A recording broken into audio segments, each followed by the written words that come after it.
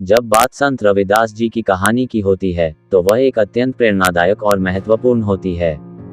रविदास जी, जो एक समाज सुधारक, संत और कवि थे, उनकी कहानी एक अनूठी उदाहरण है जो आज भी हमें सिखाती है कि संघर्ष और समर्पण से ही सच्ची महिमा प्राप्त होती है।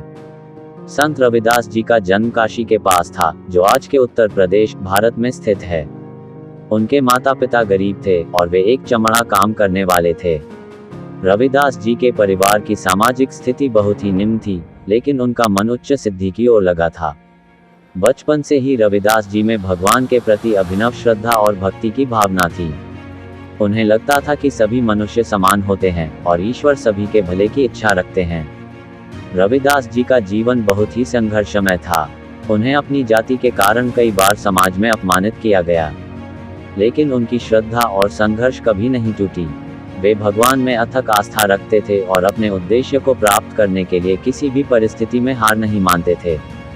ये थी संत रविदास जी की जीवनी का पहला भाग। उनकी कहानी के अगले हिस्से में हम उनके जीवन के और रोचक पहलुओं को जानेंगे। संत रविदास जी की कहानी के दूसरे भाग में हम उनके जीवन के और गहरे पहलुओं को जानेंगे। रविदास जी के जीवन में एक बड़ा परिवर्तन उनकी संगीत की दिशा में आया।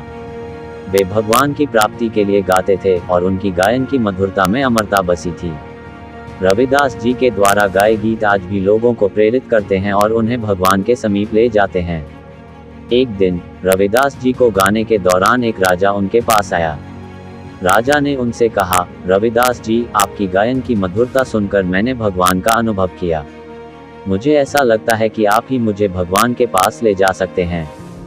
रविदास जी ने उत्तर दिया, राजा जी, मेरा यह मानना है कि भगवान सभी के विचारों और भावनाओं को समझते हैं। हमें उनके समीप ले जाने के लिए किसी विशेष व्यक्ति की आवश्यकता नहीं है। राजा ने रविदास जी के वचनों को समझा और उनकी शिक्षा को मानी। उसने संत रविदास जी के भक्ति में श्रद्धा और आस्था बढ़ाई और उनके संग भगवान की कृपा को प्राप्त किया। ये था संत रविदास जी की कहानी का दूसरा भाग, जहां हमने उनके संगीत के महत्व को और उनके व्यक्तित्व को जाना। अगले भाग में हम उनके जीवन के और महत्वपूर्ण क्षणों को देखेंगे।